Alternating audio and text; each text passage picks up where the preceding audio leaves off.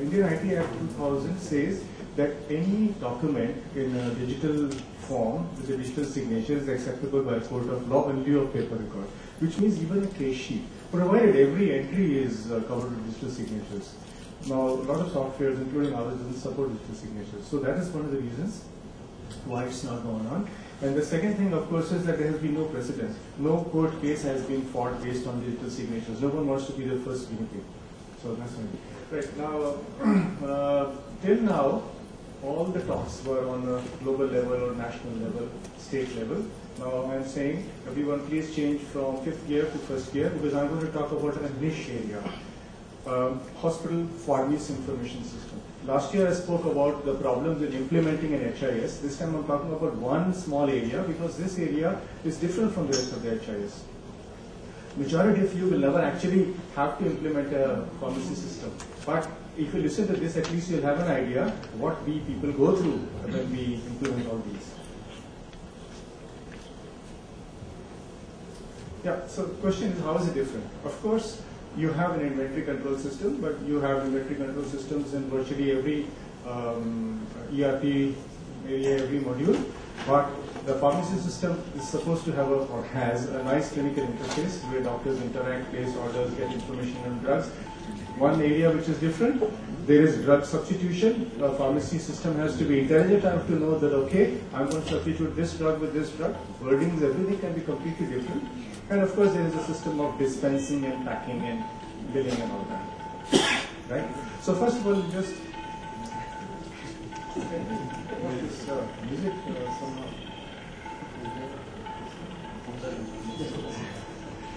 Little bit about our history. We had a Foxpol system for the last 20 years. We had multiple modules. This was actually, the software was made by a local Delhi-based company. We had multiple modules, but they were not well integrated. We had a pharmacy module also. I think this is increasing or what is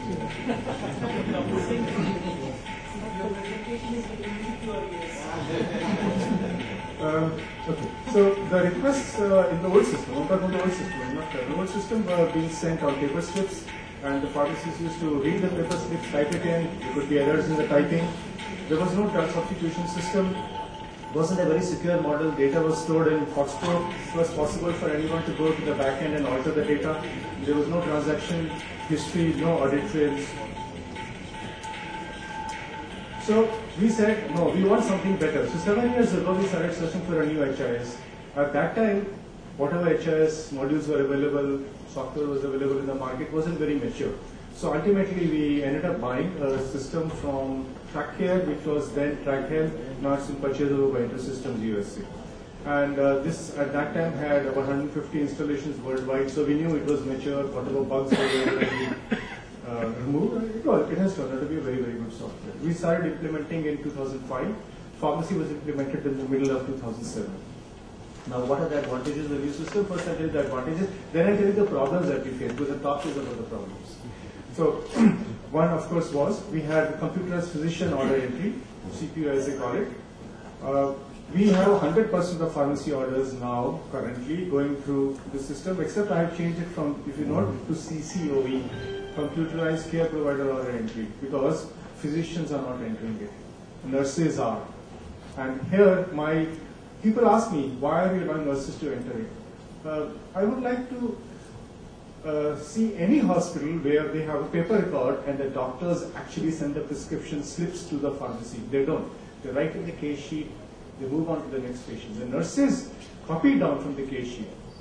Since the nurses have been doing it all these years, all these decades, and probably every country, what is the harm in allowing them to do it over here? Because actually the HIS regulations, or whatever rules, regulations they are, they say, no, it has to be physician. But no, our nurses are doing it. We have been doing it for 2 years, no problem at all. We have a very good system of drug-drug interactions. So if you're giving warfarin, you're giving aspirin, the system will warn you. You read it, you want to still go ahead, you can. It doesn't stop you.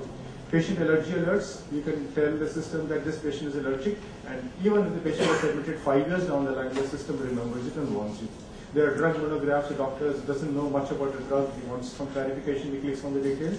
Within the system, there is a monograph system. He can read on indications, contraindication, whatever it's. And we have an advantage that we can limit paracetamol. There are 300 brands of paracetamol available in India. We negotiate, and at a fraction of the market rate, the hospital buys 2 brands in bulk. Now we want to limit to just those 2. So we can, within the system, say, okay, only these 2 are visible. So we save money, because if the doctor prescribes a drug which we have to buy from the market for the patient, it's obviously more expensive. We have a very good intelligent drug interaction system. Saves the hospital a lot of money. Why? Because prior to this, a doctor writes some medicine which the pharmacist hasn't heard of. He immediately orders it from the market at market rates, gives it. He had an option of opening one of these ideas or whims and checking what it is and then saying, oh, this is the other thing, I have it in stock. But with a very large turnover, it was very difficult to do. We have a 13 lakh per day turnover in the pharmacy. So you can imagine the volume of work that we had. Ask a person to open up a book each time, he's not going to do it. So we were losing a lot of money by buying expensive substitutes, expensive brands, where we already had cheaper brands available in the hospital. So what the pharmacy module does, rather than just blunderbuss substitution, is it makes sure that the generic drug is the same. It uses these 5 parameters. Generic drug has the same, it will not, for instance, substitute paracetamol with ciprofloxacin. It will make sure the strength is the same. It will not substitute 500 with 1 gram.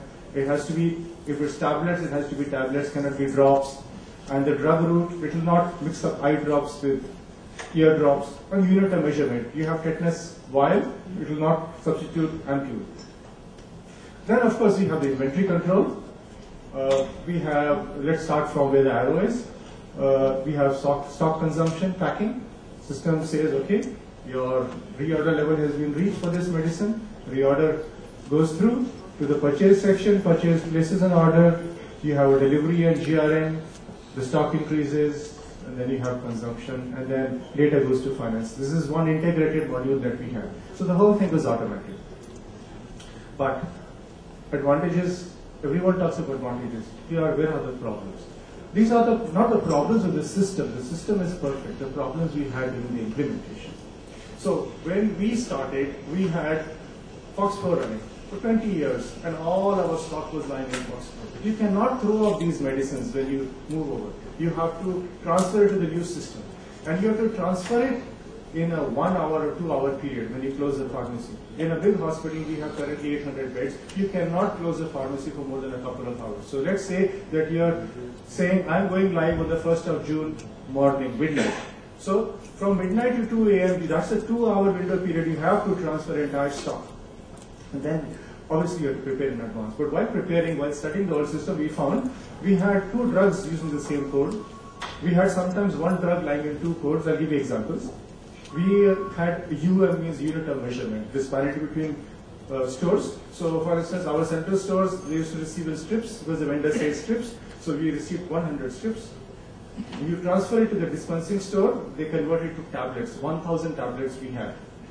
So when we had to transfer, we made the mistake of transferring 100 here and 1,000 there, and we got 1,100. Actually, it was 2,000.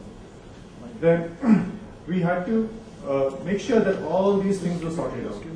So we did wrong.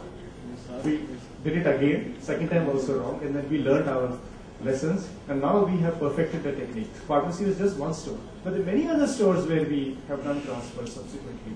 And now we know the trick, and now we can transfer, and if we were asked to do the same thing again, we would be able to transfer it perfectly fine the very first store. So what we do is, you study your old stock, and you divide it into 2 groups. Group A, where you have a 1-to-1 match. I'll give examples in the next slide. You have the same thing lying in unique codes, same single UOM. Group B, you have multiple codes in the old system, but they're going to converge into 1 code. No problem. Group C is where there is no match. You have to do manually. So once you divide it, let's see what Group A has. Group A, let's say you have Crocin 500 milligrams, here again Crocin 500 milligrams. Different codes, the old system has 1 code, new system has another code, no issue. You prepare a mapping table, old code in column 1, new code in column 2. Right? You have Group B, 1 to many. We have got Crocin.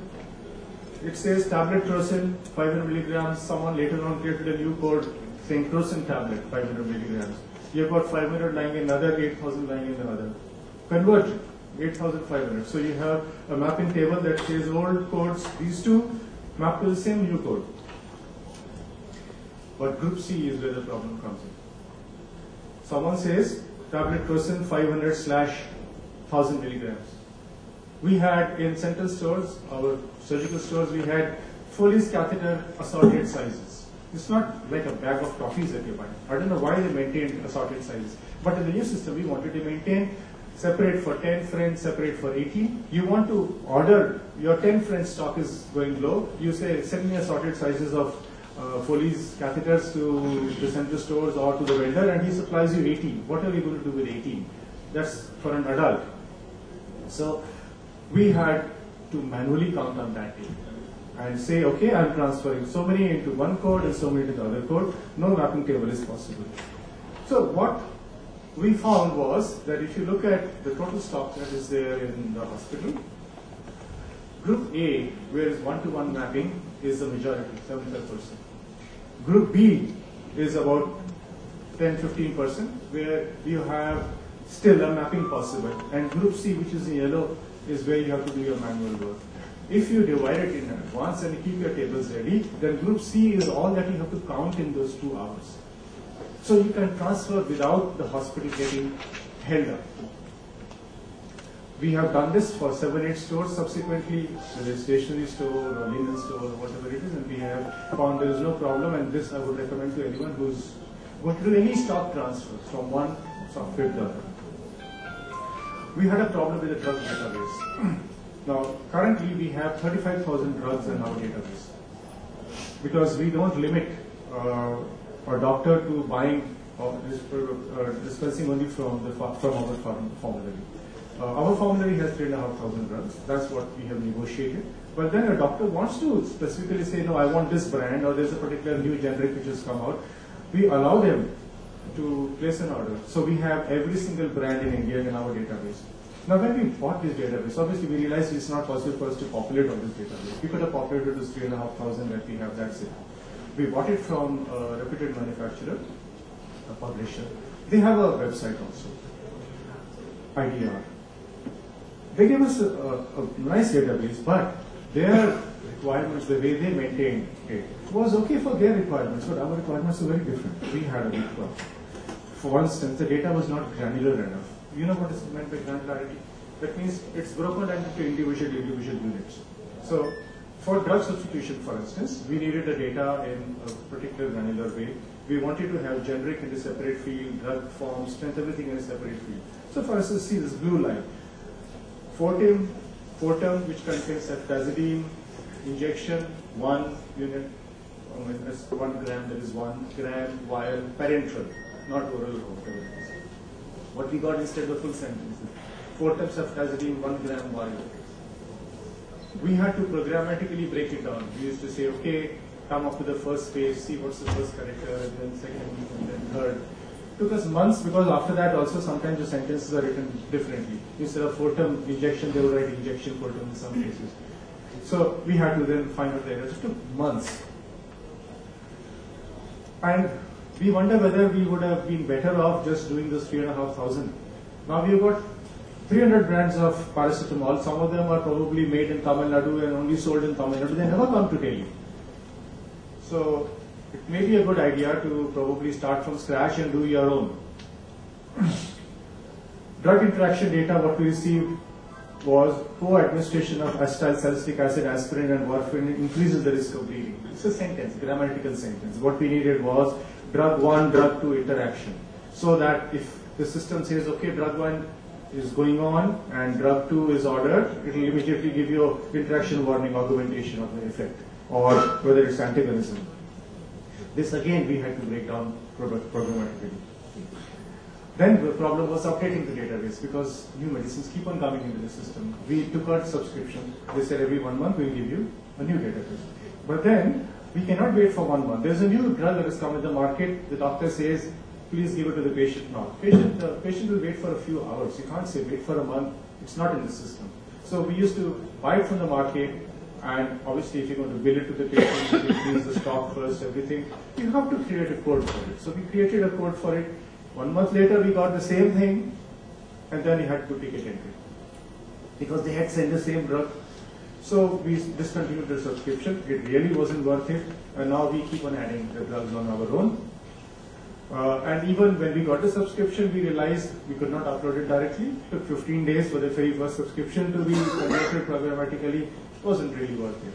So this is one thought that you have to give, especially if you have a small pharmacy dealing with, say for instance, there's a hospital that only deals with cardiology, they'll probably keep something like 50, 60 drugs, 100 drugs. They can manage on their own. But others may want to buy one time and then manage on their own. We also had a problem when we interacted with the outside world for purchasing drugs, when we floated a tender. We maintain everything in tablets. So we say, okay, paracetamol 1 tablet is 0.2386%. Because you take the price written on the strip and you divide it by 15 tablets, 20 tablets, 1 tablet, or 10 tablets in a strip. That's your unit tablet, because we prescribe in tablets. But vendors don't quote like that. Vendor is not going to convert it into single tablets. He is going to say, I will provide you, I'm going to provide you 4,000 strips of 7 tablets each. And each strip costs, say, 87 rupees, 50 paise. How you're not going to ask him to convert and quote it. So the first time we brought out the vendor, the tender, we had problems. But subsequently, we had a very nice solution. We developed a small software, and we give the software along with the tender invitation, and the vendor enters it in his way, and the software converts it into our way, and then we just plug it into our system. Because you're not going to manually enter these numbers, you just plug it into the system. So again, the automation problem is solved. Now comes to the question, how has the system helped us? Our pharmacy profits have gone up by 15% compared to 2 years back, and considering that our daily turnover is 13 lakhs per day, that's a lot. 15% works out to be 13 lakh rupees. 13 lakh rupees per day turnover, not the profit, turnover. So that 15% profit is a lot, and we try to figure out why exactly it has gone up. One, of course, is less leaky inventories, because everything is tightly controlled. From the time it is entered in the system, you track it, you know where exactly it is. A particular store is supposed to have 25 strips. Computer says 25 strips, you find 22 strips, you know 3 strips on this. So people know that they can be tracked, so we have less leaky inventories. We have an intelligent drug substitution system rather than the pharmacy person simply ordering an expensive brand from the market. Now he knows, the system automatically tells him, you have this drug, maybe a different brand, at a much lower cost price. So our sale price being the same nearly, we make a big profit. Better utilization of stock, we have a smaller inventory. This doesn't really add up to profits, but certainly your stock holding is less. We have complete billing. Previously, we have, say, CABG package, heart coronary bypass graft package. Within that, the nurse would place a stamp on each prescription, in package, outside package. So suppose there was a drug, we say that, okay, now we say that 35,000 rupees is the limit. Once it goes beyond 35,000, it's going to be charged to the patient. But the nurses there on the manual system did not know when 25,000 had been reached. It was up to them to say outside package, inside package. And sometimes you find that 40,000 rupees of medicines have been used and written out within the package. So now the system manages very nicely. And we have better MIS reports. So we know, okay, this is the demand, this is what the doctors are wanting, let's negotiate for this drug, get it cheap, where is the leakage, and obviously you can make intelligent decisions. How has it affected doctors and patients? So we're not very sure about that. The verbal feedback from the nurses and the doctors has been that no, it has not helped us. The time taken is still the same. We order a drug at 9 o'clock in the morning, and by the time it reaches, it's 11 o'clock, 12 o'clock. It used to be the same before. That obviously means that there are other bottlenecks. For instance, one bottleneck would be the system that we follow, that all the we have these trolleys that go from each ward to the pharmacy, and they have cubicles in it, pigeonholes, one for each bed. So until all of them are ready, we don't get the trolley out. So maybe there is one patient's drug which is being held up, and because of that the entire trolley is being held up. So now we are in fact from this week or next week starting our pneumatic tube system. It's already there, it's just going to be inaugurated this weekend probably. So if one patient's drug is ready, you just put it there and it goes to the ward. So you're not waiting for the entire trolley to fill up. There may be other reasons also. So what we are planning to do is an audit, internal audit, where we are going to have a system, 100 prescriptions we're going to follow from the time the doctor is written to the time it goes down, packed, etc. And we're going to have an interview system also. And the other question is, how has it helped the doctors in drug-drug interaction alerts and patient identity alerts? Now, patient identity alerts are not being flagged off currently simply because doctors are not entering allergy data. The EMR usage really hasn't come up yet. That's the next phase. We're going to push this, and hopefully by next year when we have this, we'll have an article, we'll have a presentation on how the doctors are using the EMR. The drug interaction alert system is very good. It warns you whether there is an interaction. It even tell the system that, okay, this drug lasts in the body for 2 days after stopping, so warning should continue for 2 days. We have the track system.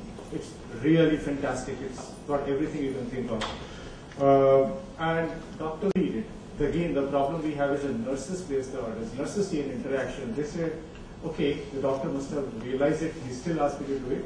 So this is one area where if the doctors actually prescribe better, they will use a drug interaction system. With nurses, it goes waste.